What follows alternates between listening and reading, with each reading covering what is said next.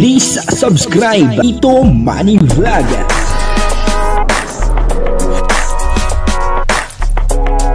Payagan po si Tito Manny Vlog na mag-reactor para pambiling gamot sa kanya pong karamdaman. Wala man siyang records ng ng awayan.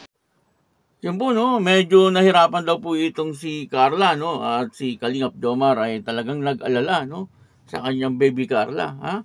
Papanoorin po natin yung video at syempre bibigyan po natin ng konting reaction. Pero bago po yan, ako muna po bumabati sa inyong lahat ng magandang umaga, magandang tanghali at magandang gabi sa inyong lahat mga kapatid. Saan man kayo ng panig ng mundo naroon ngayon ay mag-iingat kayo palagi at pagpalain kayo ng ating Panginoon. Maraming salamat din po sa patuloy na tumatangkilik sa aking YouTube channel at nanonood sa aking video reaction. Patuloy lang po natin suportahan sila Kuya Bal Santos Matubang, Kalingap Rab, Ate Edna Vlog, Jack Tapia, at siyempre Kalingap Jomar, at Carla Topolar Vlog. At yung mga kasama ko po sa Karepa, Team Views at yung mga charity vlogger na Kalingap partner. At ang kabuuan po ng video ito ay mapapanood po natin sa YouTube channel ni Kuya Neil. Ayun, At dito po ay mapapanood po natin kung bakit nahirapan etong si Carla. Ito po yung video.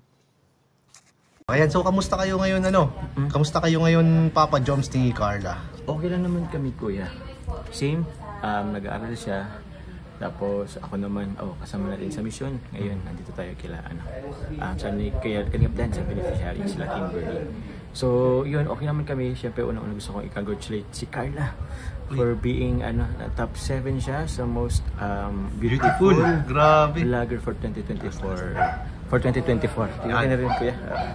Yun, gusto ko i-congratulate muli si Carla po for being the top 7 po sa 2024 most beautiful admired vlogger po. So, anong message mo sa kanya? Yun, syempre, congratulations and deserve na niya naman niya. Tsaka, na-recognize siya, kuya. I mean, alam naman natin yung niya, yung mga pinaghirapan, like, yung sa pagkain, kuya. Naglala siya ng rice talaga. Oo nga eh. Actually, most of the time, wala siyang rice eh. Grabe. So, inan niya yung kanyang sarili. Parang in-enhance niya. And hanggang sa yun, napasama siya. So, tawag niyan, deserve naman talaga. Ano masabi mo naman dun sa mga ibang tao na sinasabing hindi daw deserve ni Carla dun mapasama? Parang mga against naman. Against, actually, naman po yan, tawag niyan. Siguro sa kanila. Pero meron kasing tumitingin din naman na May criteria. May diba? criteria.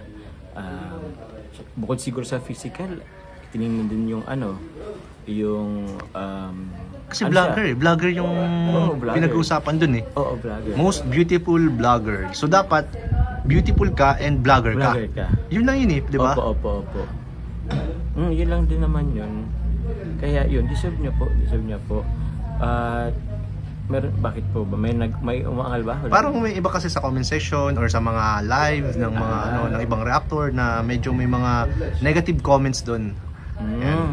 So, at least yan ang mahalaga siguro is nandun si Carla. Nandun si Carla. So, and rin naman siya ng Team Kalingap. So, achievement din yun. Feeling ko nga, kuya, kung lang naman, kasi si Carla is angel siya ng Kalingap. Feeling ko pag mag-vlog din yung ibang mga angels na pwede rin silang mapasama. Yun na nga po, muling na-interview ni Kuya Neil, etong si Papa Jones. At kinamusta niya, si Papa Jones tungkol po sa kanilang dalawa ni Baby Carla. Okay naman daw po sila, at si Carla ay busy sa kanyang pag-aaral, Alam naman po natin lahat na etong si Carla, pagdating po sa pag-aaral ay talagang grabe, talagang nagsusumika po siya. Na siya ay makatapos sa kanyang pag-aaral upang sa ganoon, siyempre, pagdating po ng araw, ay malaking tulong po yun sa kanya. Hindi lang po sa kanya, maging sa kanyang pamilya. At hindi pa naman po natin alam kung ano po yung darating talaga na buhay ni Carla pagdating ng panahon. Pwede rin po siyang maging successful na vlogger, ano, kasi ngayon nga nanalo po siya, no, top 7, ano. Congrats Carla, no, top 7 po siya sa most beautiful vlogger ba o most admirer vlogger. Ano, doon po sa dalawa hindi ko po malaman, pero parang yun po, no. At marami po ang parang kumukontra, no, doon po sa top 7 ni Carla. Huwag na po kayong kumontra. Ano po, talaga naman pong deserve po ni Carla yun, ano. At nakita naman po natin na sa ngayon ay talagang napakaganda ni Carla, ano po. At sabi nga po ni Papa Jones ay medyo nahirapan nga si Carla, no, doon po sa kanyang pagda-diet. Ano po, kasi hindi daw po kumakain ng rice. Talagang medyo mahirap yun kapag hindi ka kumakain ng rice, ano. Kasi siyempre yung rice isa po yan sa nagpapalakas ng ating mga katawan, ano. Kasi yung mga farmer po ako, no. Kapag hindi po tayo nakakain ng kanin ay talagang medyo nanghihina po tayo, Ano po, at yun nga ginagawa ni Carla, no. Hindi po siya kumakain ng rice, talagang medyo mahirap din yung kanyang pagda-diet, ano, na talagang sakripisyo din. Ano po, at siyempre si Kalingap Jomar, si Papa Jones ay medyo nag-alala. Ano po, kasi siyempre ay baka mamaya kung ano nang mangyari kay Carla, no, kapag sobra sa diet ay delikado rin po. Ano, pero nakita naman po natin ang resulta, ano, na talagang si Baby Carla sa ngayon ay talagang mas maganda, no, kaysa sa dati. Ano, kumbaga dati na po siyang maganda, pero ngayon mas maganda po siya, no, nung siya po ay pumayat ng konti. Hindi naman po siya yung ano, kumbaga tamang-tama lang yung kanyang katawan, ano, balingkinitan. Ano po, at napakaganda ng mukha ni Carla. Ano, kaya nga po nai-inlove itong si Papa Jomar, no. Kasi siyempre bibihira po yung ganyan, ano, maganda, mabait, masipag, mag-aral, mapagmahal sa pamilya, ano. Lagi pong iniisip yung kanyang pamilya. Ano po, kumbaga talagang isa po siyang ano, karapat dapat na mahalin talaga. Ano po, at si Papa Jomar ang nakatagpo noon.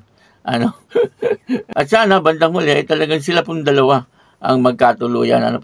At si Papa Jones naman ay tuloy-tuloy, ano, sa pagsama, ano po, sa pagtulong sa ating kapwa na talagang nangangailangan ng tulong, ano.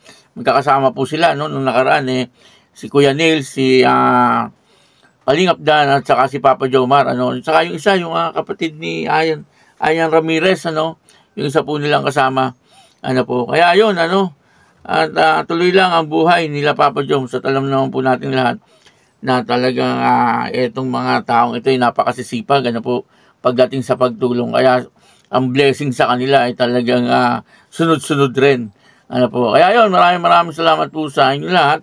At ako po si Tito Manny Vlog na nagsasabing God bless you all. Diyos mabalos.